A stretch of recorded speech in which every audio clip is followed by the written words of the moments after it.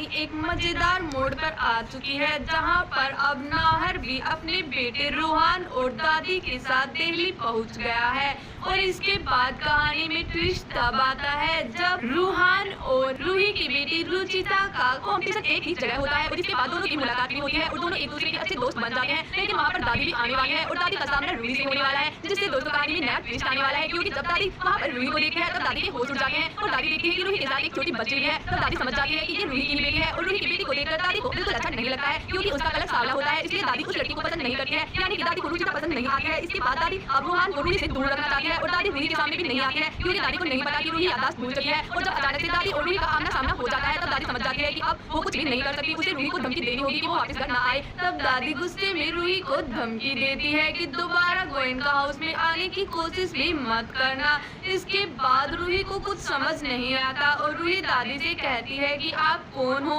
और आप ये सब क्या बोल रही हो। तभी वहाँ पर रूही की दोस्त मिष्टी भी आ जाती है, जो दादी को रूही के साथ बदतमीजी करते हुए देख लेती है। इसके बाद मिष्टी दादी से कहने वाली है कि आप कौन हो और आप मेरी दोस्त को तंग क्यों कर रहे हो। इसके बाद दादी समझ जाती है कि जरूर कोई गड़बड़ है, रूही उसे पहचानने से इनकार क्यों कर रही है।